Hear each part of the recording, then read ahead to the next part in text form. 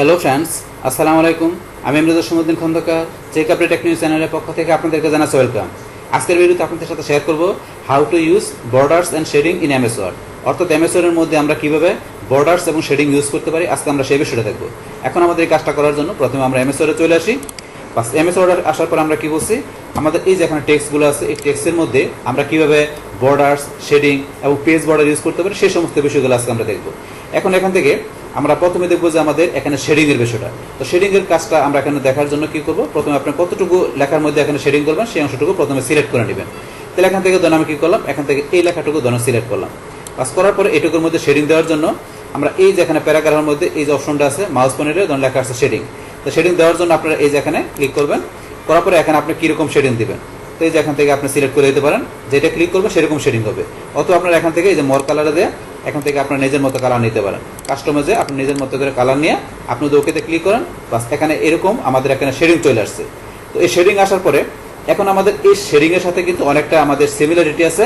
আমাদের এই যে এখান থেকে আমাদের যে টেক্সট হাইলাইট কালার, এটার সাথে অনেকটা আমাদের মিল আছে, কিন্তু তারপরে দুইটার মধ্যে পার্থক্য আছে কি সেটা আমরা জানবো।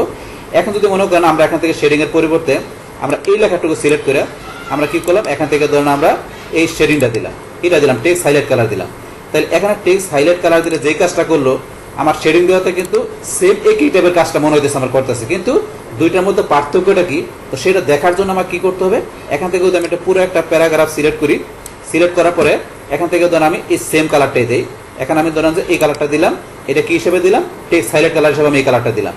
এখন আবার ধরুন এই প্যারাগ্রাফটা আমি সিলেক্ট করে যদি আমি কি করি, এখান থেকে যে ধরুন আমি সেম এই শেডিংটাই দিলাম। তারপরে এখন আমার দুইটার মধ্যে পার্থক্যটা কি হলো, তো পার্থক্যটা হলো কি, আমরা এখান থেকে যখন টেক্সট হাইলাইট কালার দিলাম তখন এখানে আমার যতটুকু টেক্সট আছে সেই টেক্সটের মধ্যে শুধু কালার হয়েছে, টেক্সটের বাইরে কিন্তু কোনো এখানে কালার হয় নাই। কিন্তু যখন আমি শেডিং দিলাম, এখন কিন্তু শেডিংয়ের মধ্যে দেখেন আমার এখানে এই পুরো প্যারাগ্রাফটার মধ্যে শেডিং চলে আসছে। আমার কিন্তু এখানে লেখা নাই, এই যে অংশটুকুর মধ্যে লেখা নাই, তারপরে কিন্তু এখানে আমার শেডিং চলে আসছে। তাইলে আপনার যখন আপনি শেডিং দিবেন, আপনার এই পুরো প্যারাগ্রাফের মধ্যে কি শেডিং হয়ে যাবে। কিন্তু যখন আমরা এখান থেকে কি দিলাম, টেক্সট হাইলাইট কালার দিলাম, তখন যতটুকু টেক্সট আছে শুধু ততটুকুর মধ্যে আমার এখানে হাইলাইট হবে। তো এই হচ্ছে দুইটার মধ্যে পার্থক্য বিষয়, সেটা কিন্তু আমরা প্র্যাকটিক্যালি দেখলাম। বাস এখন ধরুন আমরা এখান থেকে শেডিং দেওয়ার পরে শেডিং আমরা উঠাই দেওয়ার দিলে কি করতে হবে, এখন আমার আবার এখান থেকে সিলেক্ট করতে হবে। সিলেক্ট করার পর আমরা এই যে এখানে চলে যাব, যার পরে নো কালার দিলে উঠে গেল। এখন আমার হাইলাইট কালার উঠাতে গেলে আবার এখান থেকে আমার এই টেক্সটগুলো সিলেক্ট করে আমরা এখানে চলে যাব, এই যে নো কালার দিলে উঠে গেল। তো এইভাবে আমরা এখান থেকে কি করতে পারি, আমাদের শেডিং পাশাপাশি টেক্সট হাইলাইট কালার বিষয়টা ইউজ করতে পারি। তো দুইয়ের মধ্যে পার্থক্য রেখে সেটা আমরা জানলাম। এখন আমরা জানবো যে আমাদের বর্ডারের বিষয়টা জানবো। তাহলে এখন এই বর্ডারের বিষয়টা জানার জন্য কি করতে হবে, এখান থেকে ধরেন আপনি ইচ্ছা করলে আপনি যদি সিলেক্ট করে দিতে পারেন আপনি যতটুকুর মধ্যে বর্ডার ইউজ করবেন, অথবা যদি আপনি চান যে এই পুরো টেক্সটের মধ্যে আপনি বর্ডার ইউজ করবেন, তো সেই ক্ষেত্রে ভিতরে কার্সর রাখার পরে আমরা যদি এই যে অপশন আসি, এখানে হচ্ছে বর্ডার। তাহলে আমরা এই যে এখানে ক্লিক করবো, করার পরে দেন এখানে আপনি কোন জায়গায় বর্ডার দেবেন। আপনি যদি বটম বর্ডারে যান, তাহলে আপনি যে যেখানে কার্সর ছিল এই দেন আমার এখানে এই পাড়ার নিচে কিন্তু এই যে বটম বর্ডারে গেলে এই পাড়ার নিচে আপনার কি চলে আসতেছে, আপনার বর্ডার চলে আসতেছে। এখন যদি আমি কার্সরটা এখানে রাখি, এখানে রাখলাম শেষে, তাহলে রাখার পর এখন যদি আমি যাই এই বটম বর্ডার, এই দেখেন একবার আমার সবগুলো মানে যেখানে কার্সর আছে সেই পাড়ার নিচে আমার এখানে কি একটা বর্ডার চলে আসছে। আবার যদি মনে করেন টপ বর্ডারে যাই, তাহলে এই পাড়ার উপরে একটা বর্ডার চলে আসছে, এই পাড়ার উপরে। আবার যদি মনে করেন এখানে আমি কার্সর রাখলাম, রাখার পরে যেখানে এই পাড়ার নিচে কার্সর রাখলাম, রাখার পরে আমি এখানে যাই, বটম বর্ডার দিলে এই পাড়ার নিচে একটা বর্ডার চলে আসছে, টপ বর্ডার দিলে উপরে চলে আসবে, তারপরে লেফট দিলে ধরুন আমার এই যে এখানে কিন্তু বাম দিকে বর্ডার চলে আসছে, রাইট দিলে এই যে ডান দিকে বর্ডার, আমি এখানে রাইট বর্ডারে ক্লিক করলাম, এই যে ডান দিকে বর্ডার চলে আসছে, ডান দিকে বর্ডার চলে আসছে। এখন আপনি যদি লেফটে দেন, এই যে লেফটে দিলে লেফটে বর্ডার চলে আসছে। তো এগুলো আপনি ক্লিক করলে হবে, যেগুলো দেখাইতেছে এরকম হবে। আর আপনার নো বর্ডার দিলে আপনার এখান থেকে কোনো বর্ডার থাকবে না। তারপর এখানে আমরা যদি এই যে অল বর্ডার যেটা আছে, অল বর্ডার দিলে ধরুন আমাদের এই যে এখানে প্যারাগ্রাফ আছে, তো এই প্যারাগ্রাফের মধ্যে এখানে কি হইতেছে, মানে এখানে আপনার পুরো প্যারাগ্রাফের মধ্যে আপনার বর্ডার চলে আসবে। আমরা দিয়ে দেখাচ্ছি, অল বর্ডার দিলাম, এই দেখেন এখানে এই দুইটা প্যারা সব জায়গায় আমাদের বর্ডার চলে আসলো এখানে। আবার এখানে ধরুন আমরা এখানে যাই বলছি, এই নো বর্ডার দিলে উঠে যাবে। এখন যদি মনে করি আমি এখান থেকে কি করলাম, এই প্যারাটা সিলেক্ট করে দিলাম, করার পর এখান থেকে যাই যদি আমি অল বর্ডার দিই, তাহলে ধরেন যে এই প্যারার মধ্যে শুধু বর্ডার আসতেছে, এই প্যারার মধ্যে আসবে। আবার রাইট বর্ডার দিলে আসতেছে না, কিন্তু এখন অল বর্ডার দিলে শুধু এই প্যারাটার মধ্যে বর্ডার আসবে। কিন্তু যখন আমি এখান থেকে এই তিনটা প্যারা আমি সিলেক্ট করলাম, করার পর এখন যদি অল বর্ডার দিই, এই তিনটার মধ্যে শুধু বর্ডার আসতেছে এইভাবে। তো এই বিষয়গুলো আপনার সিলেক্ট করে দেখবেন যে আপনার, অথবা আপনার বিভিন্ন জায়গায় কাজ করে রেখে আপনার জিনিসগুলো এখান থেকে এটা চেঞ্জ করে দেখবেন যে কোন জায়গায় কিভাবে কাজ করে। তো এগুলো হচ্ছে আপনার বর্ডারের বিষয়গুলো। তারপর এখন ধরেন আমি কি করলাম, এই প্যারার এই পাশে কার্সর রেখে আমি এখানে যাই, যার পরে আউটসাইড বর্ডার, এটা দিলে আউটসাইড, যে প্যারাটা আমি নিচে কার্সর রাখছি সেটার আউটসাইড বর্ডার হবে। আর আমি যদি ইনসাইড দিই এটার এই যে নিচে বর্ডার। আবার এটা inside horizontal border, inside vertical, vertical border কোনো অপশন নাই, কিন্তু হরিজন্টাল বর্ডার অপশন আছে, তাহলে হরিজন্টালি বর্ডার আসতেছে। তো এগুলো হচ্ছে বর্ডারগুলো আপনি ক্লিক করে দেখতে পারবেন। বাস তারপরে আপনি এই বর্ডারগুলো স্যার আপনি যদি চান হরিজন্টাল লাইন দিবেন তাহলে হরিজন্টাল লাইন দিতে পারেন। হরিজন্টাল আপনি যদি এই পারা নিচে দেন তাহলে হরিজন্টাল লাইন ক্লিক করবেন, একটা হরিজন্টাল লাইন চলে আসছে, এটা হচ্ছে হরিজন্টাল লাইন। তো হরিজন্টাল নিয়ে আসার পরে আপনি হরিজন্টাল লাইনটা আপনি যদি এখানে মনে করেন ইচ্ছা করলে এটা আপনি বড় ছোট করতে পারবেন, যে কিরকম এটা যদি আপনি টান দেন নিচ দিকে, এটা টান দিলে একটু বড় হইলো। হওয়ার পরে এখন এটার মধ্যে আপনি ইচ্ছা করলে এখান থেকে শেডিং দিতে পারেন, এটা শেডিং দিয়ে দিলেন। আপনি আবার চাইলে ছোট করতে পারেন, একটু ছোট করে নিতে পারেন। আচ্ছা এটা হচ্ছে আপনার হরিজন্টাল, আপনি চান আপনার এর মধ্যে প্যারাগ্রাফ বা টেক্সটের নিচে আপনি এইভাবে হরিজন্টাল ইউজ করতে পারেন। তো এটা হচ্ছে এই বিষয়টা। বাস তারপর এখানে যদি আমরা নিচে আসি, আসার পর এখানে আরো বিষয় দেওয়া আছে যেমন ড্র টেবিল। আমরা এখান থেকে যে টেবিল ড্র করে আমরা সেই টেবিলের মধ্যে রো কলাম ইনসার্ট, আমরা ধরেন যে এটা আরো অন্যান্য কাজ আছে এগুলো করতে পারি। তো আমরা ড্র টেবিলের বিষয়টা পরবর্তী আলাদা একটা বিরতি দেখবো যে এখন তাহলে এখন আমাদের ড্র টেবিলের বিষয়টা জাস্ট কি এটা দেখাচ্ছে, এখানে ক্লিক করে এখানে ধরুন আপনি নিজের মতো একটা টেবিল আপনি তৈরি করতে পারবেন। এই যে এখানে ধরুন আপনি রো কলাম নিজের মতো করে এখানে আপনি তৈরি করতে পারবেন। করার পরে এখানে ধরুন অনেক বিষয় দেওয়া আছে, তো এগুলো আলাদা একটা বিরতি আমরা দেখবো। এখন জাস্ট বিষয়টা আমরা কি এটা আলোচনা করলাম। বাস এটা করার পরে আমরা এই টেবিলটাকে সিলেক্ট করে সিলেক্ট অল করে আমরা ডিলিট করতে গেলে যে ডিলিটটা যায় এখান থেকে এই যে ডিলিট সেল অথবা ডিলিট টেবিল দিলাম, টেবিল ডিলিট হয়ে গেল। বাস এটা আমরা দেখলাম। এখন ধরুন আমরা এখান থেকে যাওয়ার পরে ড্র টেবিল ছাড়াও ধরুন এখানে এই যায় আমরা এখান থেকে যে শেডিং দেখলাম, বর্ডার দেখলাম, কিন্তু আমাদের নিচে আলাদা একটা অপশনই দেওয়া আছে বর্ডার এবং শেডিং। তো এখান থেকে যে আমরা বর্ডার শেডিং পেজ বর্ডার সবকিছু করতে পারি। এখন যদি মনে করেন আমরা কি করি, এখান থেকে ধরুন আমরা কি করবো, এখান থেকে এই যে এই প্যারাটা আমি সিলেক্ট করলাম, এই প্যারা সিলেক্ট করলাম, অথবা ধরুন আপনি এখান থেকে এই টেক্সটটুকু সিলেক্ট করলেন, মানে আপনি যেটুকু সিলেক্ট করবেন। তো এখান থেকে আপনার টেক্সটের মধ্যে দিতে পারেন অথবা আপনি পুরো প্যারাগ্রাফ দিতে পারেন, আপনি যে এই বর্ডার ইউজ করতে পারেন। তাহলে ধরুন আমি প্রথমে টেক্সট দিয়ে দেখাচ্ছি, এই টেক্সটের মধ্যে আমরা বর্ডার দিব বা শেডিং দিব, দুইটাই দিব। তাহলে এখানে যে আপনি বর্ডার শেডিংয়ে যাবেন, যার পর এখান থেকে এই যে বর্ডার, প্রথমে বর্ডার আছে, আপনি এখান থেকে কিরকম বর্ডার দিবেন। এই যে এখানে ধরেন যে আপনি বক্স দিলে আপনি এই যে ধরেন এই যে দেখাচ্ছে প্রিভিউ করে, এখন এখান থেকে আপনি নিচে আসবেন, আপনি কিরকম চান এই যে এখানে দিবেন। আপনার এই যে টেক্সটগুলোর চারদিকে এরকম বর্ডার হবে, এই দেখাচ্ছে। আবার এখানে আমরা ক্লিক করি, এই জন্য উঠে গেল। আবার এখানে ক্লিক করলাম, চলে আসছে। তারপরে এখান থেকে যে আপনি নিচের মতো আসা যায়, এই যে আরো দেওয়া আছে, এগুলো আপনি দিতে পারেন। তারপর এখান থেকে দেওয়ার পর আমরা যদি এখানে যাই কাস্টম, এই যেগুলো আপনারা চেঞ্জ করে দেখবেন। তারপরে যে আপনার কালার দিতে পারেন, এখান থেকে কিরকম কালার দিবেন। আমরা ধরুন কি করলাম, এখান থেকে ধরুন আমরা এই কালারটা দিলাম, তা আপনি কালার দিতে পারেন। তারপরে উইথ আপনার কিরকম থাকবে, আপনি উইথ সেট করে দিতে পারেন। তো যেরকম করে দেবেন, বাস করার পর এখানে এই যে আমরা টেক্সট সিলেক্ট করছি, এই যে টেক্সট লেখা আসছে, টেক্সট লেখা আসছে, কিন্তু এখানে কিন্তু প্যারাগ্রাফ আপনি যে প্যারাগ্রাফ সিলেক্ট করেন, প্যারাগ্রাফ এখানে দেখাবে, না দেখাইলে প্যারাগ্রাফ দেখাই দিবেন। যেহেতু আমরা টেক্সট সিলেক্ট করছি অটোমেটিক টেক্সট চলে আসছে। এখন এটা হচ্ছে আপনার লেখার চারদিকে এই যে এরকম বর্ডার হবে যেটা দেখাচ্ছে, কিন্তু আমরা যদি এখন শেডিং ইউজ করতে চাই, এই যে শেডিং এ চলে যাব।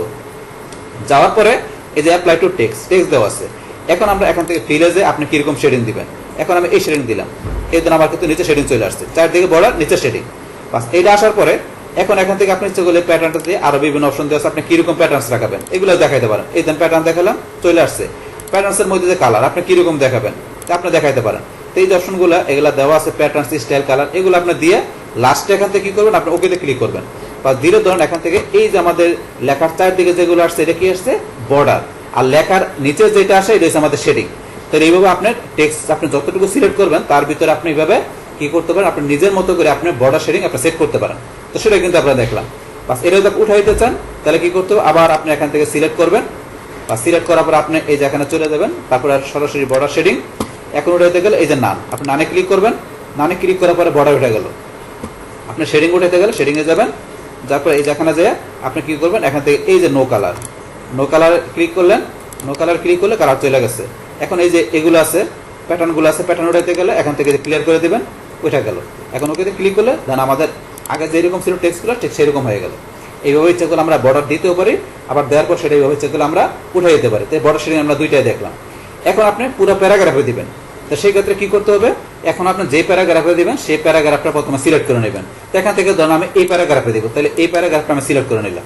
বা সিলেক্ট করার পরে এখন যদি আমি এখানে চলে আসি, আসার পরে এই যে বর্ডার এন্ড শেডিং, বাস বর্ডারের শেডিং আসার পরে যেহেতু আমি পুরো প্যারাগ্রাফটা সিলেক্ট করছি, দেন অটোমেটিক কিন্তু এখানে প্যারাগ্রাফ এই যে চলে আসছে, অ্যাপ্লাই টু প্যারাগ্রাফ। তাহলে আমি এখানে যে বর্ডার শেডিং দিব সেটা আমার পুরো প্যারাগ্রাফের মধ্যে সেই বর্ডার শেডিংটা হবে। তাহলে এখন থেকে আপনি কিরকম দিবেন, এই যে এখানে সেটিং এর অপশনগুলো আপনি কোনটা সেটিং করবেন, আমি ধরুন শ্যাডো দিলাম অথবা 3D দিলাম, আপনি যেটা দেন সেটা দেওয়ার পরে এই যে এখান থেকে আপনি কিরকম দিবেন সেটা সিলেক্ট করে দিবেন। তারপরে যে কালার, এখান থেকে যেটা বললাম আপনি কালার কি দিবেন, সেই কালারটা এখান থেকে দেখাই দিবেন। আমি ধরুন এখান থেকে কোন কালার, ধরুন এই কালারটা দিলাম। তারপর উইথ কিরকম রাখবেন, উইথ দেখাই দিবেন। তো এই প্যারাগ্রাফের আপনার চারদিকে যেরকম হবে, যেরকম দেখাচ্ছে। তারপর এখন ধরুন আপনি কি করবেন, শেডিং দিবেন। তো শেডিং দেওয়ার জন্য শেডিং অপশনে চলে আসবেন। আর শেডিং অপশন আসার পরে এখান থেকে এই যে ফিল, আপনি ফিল কালার কি দিবেন সেটা দেখাই দিবেন। আমি এখান থেকে ধরুন ফিল কালার কোনটা দিলাম, ধরুন এই কালার দিলাম। তো এই কালারটা হবে। তারপরে যে প্যাটার্ন, এটা তো আমরা আগেই বলছি, আপনি কিরকম প্যাটার্ন দিতে চান দিতে পারেন। আমি ধরেন যে প্যাটার্ন যেরকম দিলাম, এই যেরকম প্যাটার্ন হলো। বাস হওয়ার পরে এখন এই যে এখানে অ্যাপ্লাই টু প্যারাগ্রাফ অটোমেটিক চলে আসছে। এখন আমরা ওকেতে ক্লিক করলে তাহলে আমরা এখান থেকে এই যে প্যারাগ্রাফটা সিলেক্ট করলাম, সেই প্যারাগ্রাফের মধ্যে এখান থেকে চারদিকে বর্ডার, আর এই যে নিচে ধরুন যে আমরা এখানে প্যাটার্ন সহকারে শেডিং চলে আসছে। বাস এইভাবে আপনারা একটা প্যারাগ্রাফ এর মধ্যে কি করতে পারেন, আপনি এখান থেকে বর্ডার শেডিং দিতে পারেন।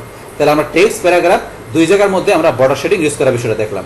বাস এখন আবার উঠাইতে গেলে সিলেক্ট করে আপনি এখান থেকে চলে যাবেন কোথায়, বর্ডার শেডিং, নাম করে দিবেন, চলে গেল শেডিং। সেম ভাবে শেডিং এ গিয়ে আপনি এখান থেকে এই যে নো বর্ডার দিয়ে দিলেন, চলে গেল। আমরা ওকেতে ক্লিক করলে বাস এখন ধরুন যে এখান থেকে যায় না, তাহলে আমাদের কি করতে হবে, আমরা আবার সিলেক্ট করে সুন্দরভাবে করার পর এখানে যাই বর্ডার শেডিং। আমরা দেখি কেন যায় নাই, আমরা এখান থেকে নাম করে দিলাম, বর্ডার চলে গেল। আমরা শেডিং এ যাই, শেডিং এ যে আমরা কি করে দেবো, এখান থেকে নো কালার, চলে গেল। আমরা এখান থেকে যাই, এটা ক্লিয়ার করে দিলাম। এখন ওকেতে ক্লিক করি, এদিন চলে গেছে। এখান থেকে কিন্তু আমরা বর্ডার শেডিং চলে গেল। তাহলে এখন এইভাবে আমরা টেক্সট এবং আমাদের প্যারাগ্রাফের মধ্যে আমরা কি করতে পারি, বর্ডার শেডিং দিতে পারি, সেটা কিন্তু দেখলাম। এখন আমরা দেখবো যে আমাদের এই যে পেজের চারদিকে আমরা বর্ডার দিব। তাহলে সেটা দেওয়ার জন্য এই যে আবার এখানে চলে যাবেন, যার পরে এই যে বর্ডার শেডিং এ ক্লিক, তারপরে এই যে পেজ বর্ডার, বর্ডার শেডিং এর মধ্যে এখানে পেজ বর্ডার, এটা সিলেক্ট করে আপনি পেজের চারদিকে কিরকম বর্ডার দিবেন। তাহলে এই যে এখানে অ্যাপ্লাই টু হোল ডকুমেন্ট থাকবে, এখান থেকে আপনি এই যে এখান থেকে যে কিরকম দিবেন সিলেক্ট করে দিবেন। তারপরে চাইলে কালার দিতে পারেন। তারপরে কালার দেওয়ার পরে এখানে কালারটা কিরকম রাখবেন, এটা এরকম মোটা করে দিলাম। করার পর এখন ওকেতে ক্লিক করলে এই ধরুন আপনার পেজের, আপনার টেক্সটের চারদিকে মানে পেজের চারদিকে বর্ডার চলে আসছে। তো এইভাবে আপনার পেজের চারদিকে এরকম বর্ডার দিতে পারেন, অথবা চাইলে আপনি অন্যরকম দিতে পারেন। সেটা কিরকম, এখানে যদি আপনি চান যে পেজ বর্ডারে যেয়ে আপনি এগুলো এরকম দিবেন না, আপনি যে আর্টে যেয়ে এখান থেকে দেন বিভিন্ন ধরনের আর্ট আছে, এরকম আপনি দিতে পারেন। এই যে এখানে আপনার যেটা পছন্দ, তবে আপনার অনেক দেওয়া আছে, এখান থেকে আপনার যেটা চয়েস আপনি সেটা দিতে পারেন। এই যে আমরা এখানে আসলে ধরুন বিভিন্ন টাইপের আছে, এখান থেকে আপনার কোনটা দিবেন, ধরুন এখান থেকে আমি এটা সিলেক্ট করলাম। তো এই যে এরকম হবে, সিলেক্ট করার পর ওকে ক্লিক করেন, বাস এই যে এরকম আপনার কি হয়ে গেল, আপনার এখানে পেজ বর্ডার হয়ে গেল। বাস এইভাবে আপনি চাইলে আপনার পেজের চারদিকে আপনি কি করতে পারেন, পেজ বর্ডার দিতে পারেন। তো আপনি যদি ফেসবুক বর্ডার উঠাইতে চান, আবার এখানে বর্ডার শেডিং এ যায় আপনি পেজ বর্ডার দিয়ে কি করবেন, এই যে নাম করে দেবেন। আমি নাম করে দিলাম, চলে গেল। ওকেতে ক্লিক করি, বাস পেজ বর্ডার চলে গেল। বাস তাইলে এইভাবে কি করতে পারি, আমাদের এই যে এমএস ওয়ার্ড ডকুমেন্টের মধ্যে যে আমরা কি করতে পারি, আমরা এখান থেকে বর্ডার শেডিং, পেজ বর্ডার, এই সমস্ত বিষয়গুলো কি ইউজ করতে পারি, সেই টোটাল বিষয়টা আমি আপনাদের সাথে কি করলাম, শেয়ার করলাম। বাস তাহলে এই আমাদের এখানকার টোটাল বিষয়টা মূলত আমাদের আজকের ভিডিও। ডিয়ার ফ্রেন্ডস, আমার আজকের এই how to use borders and shading in MS Word, এই ভিডিও যদি আপনাদের কাছে ভালো লেগে থাকে কিংবা এই ভিডিও থেকে আপনারা কিছু শিখে থাকেন, উপকৃত হয়ে থাকেন, তাহলে আমার এই জেক আপডেট টেকনোলজি চ্যানেলটি আপনারা সাবস্ক্রাইব করবেন, লাইক করবেন, কমেন্ট করবেন এবং সবার সাথে শেয়ার করবেন। Thanks everybody.